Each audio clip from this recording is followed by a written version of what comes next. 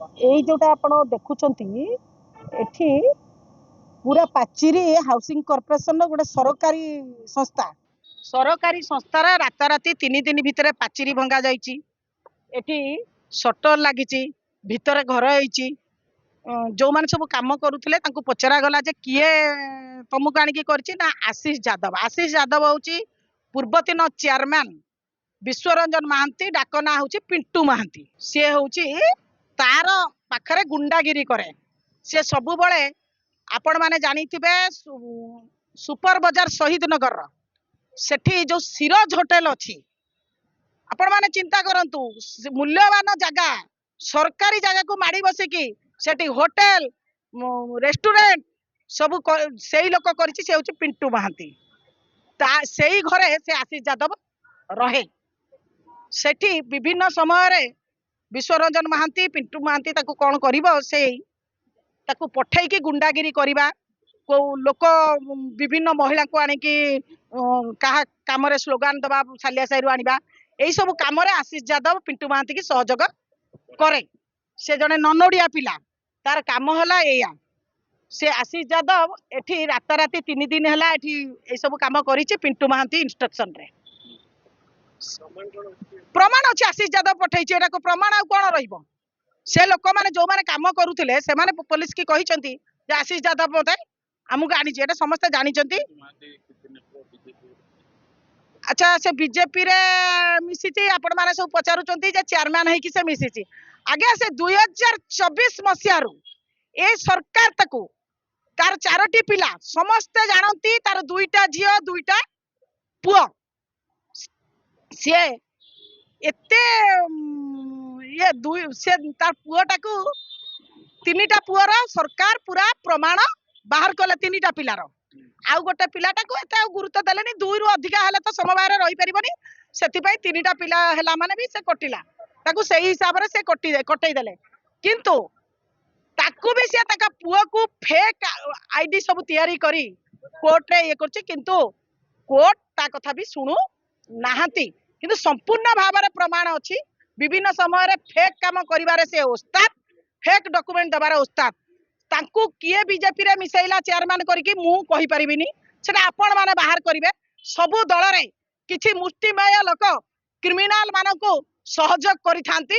ଯଦି କିଏ ଜଣେ ମୁଷ୍ଟିମେୟ ନେତା ଥିବ ଯିଏ କି ଆମର ସରକାରକୁ ବଦନାମ କରିବା ପାଇଁ, ମୋହନ ଭାଇ କି ଆମର ମୁଖ୍ୟମନ୍ତ୍ରୀ କି ବଦନାମ କରିବା ପାଇଁ ସେ ମୁଷ୍ଟିମେୟ ଲୋକ ଏ କ୍ରିମିନାଲ କୁ ମିଶେଇଥିବ, ମୁଁ କହିପାରିବି ନାହିଁ। ଯିଏ ମିଶେଇଥିବ ନିଶ୍ଚିତ ଭାବରେ ତା ସହିତ କଣ ତାର ଡିଲ୍ ହେଇଥିବ ସେ କଥା ସିଏ କହିପାରିବ, ଯିଏ ମିଶେଇଥିବ। ମୁଁ ତ ସେ କଥା କହିପାରିବିନି।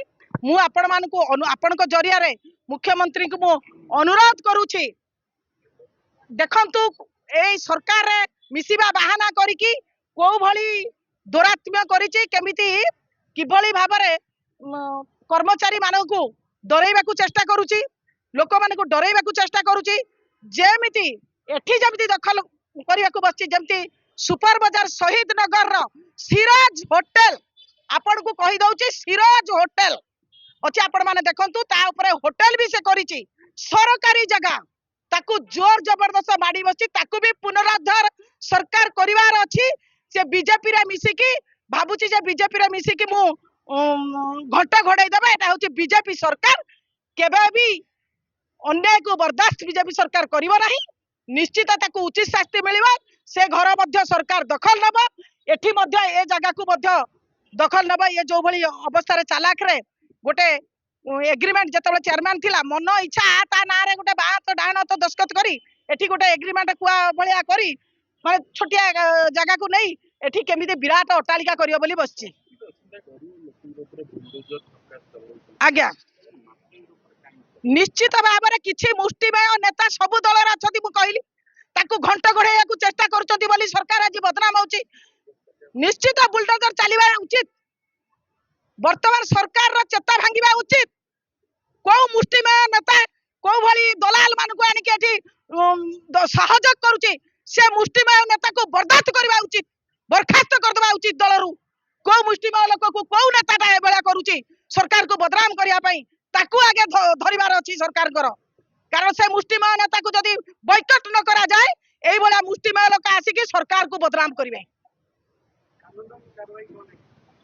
वर्तमान मु आपन को देखो देखो एफआईआर आमर हाँ आईनगत वर्तमान पुलिस आसिक गलानी इन्वेस्टिगेशन कर डाकी जो माने आमर गायत्री पट्टनायक आपण जानी थिबे सरकार एडिशनल सेक्रेटरी अछंती गवर्नमेंट रो सी अछंती जीएम सी निजे एफआईआर देछंती वर्तमान आपण को पाखे पहुंची जीव किसी असुविधा नहीं। निश्चित भाव में मु अनुरोध करी आंकु ए क्रिमिनाल को तुरंत गिरफ करवा दरकार अछि। एक रे निजर चारिटा पिला थाई के दीटा पिला कहूची से तो निश्चित भाव में जने क्रिमिनाल ताकू क्रिमिनाल भी कुहा जीव से बिहारी गुंडा आनी की एठी डराइबा को चेष्टा करूची।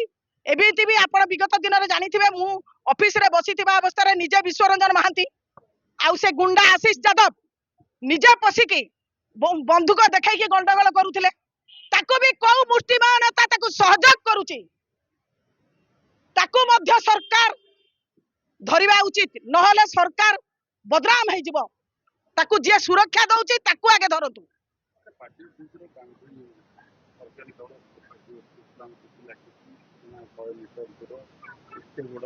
निश्चित मु पूरा कहली जे वर्तमान से जो एत बड़ साहस करिछि ताकू किए बळ देउची से कथा सरकार निश्चित सरकार सेटाकू चिंता करबा उचित। सरकार को एटा गोटे चेतावनी गुंडा लोक मानकू जदि दल रे शामिल करा जाए दल रे मुष्टिमेय द्वारा जदि सरकार को पसी आसंती तेबे सरकार निश्चित भाव में बदनाम हबो ताकू एबे सरकार सेटा मुंडो चेतावनी हबा दरकार।